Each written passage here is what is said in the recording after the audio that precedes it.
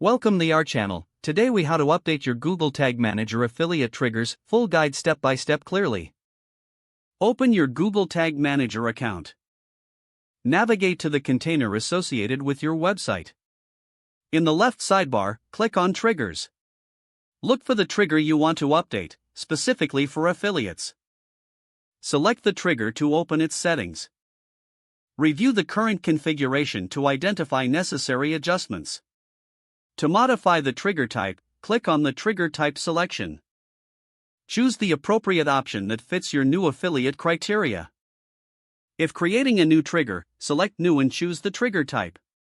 Define the conditions that will activate your affiliate trigger. For example, if you want to track clicks, select Click Just Links. Set the firing conditions based on URL patterns or click classes. Use the Some Clicks option to specify more targeted conditions. Define your affiliate identifiers in the conditions settings.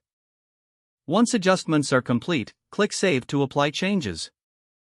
Test your new trigger by clicking on Preview in the top right corner. Interact with your website to see if the trigger fires correctly. Open the debug console to verify that your affiliate tracking works as intended. If everything functions correctly, return to Google Tag Manager. Publish your changes to make them live. Confirm that your analytics reflect the updated affiliate triggers. Review performance regularly to ensure they are tracking data accurately. Adjust your triggers as needed based on performance insights. If the page does not load, refresh the browser or try again in a private or incognito window.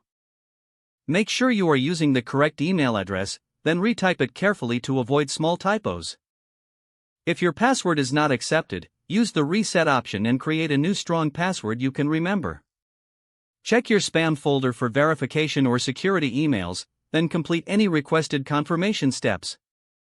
Enable two-factor authentication if available to improve account security and reduce unauthorized access risk. After signing in, review your profile details so your contact information and settings are accurate and current. If you see an error message, note it down and try again after restarting your device and internet connection. Don't forget to like this video and subscribe to our channel for more step-by-step tech guides.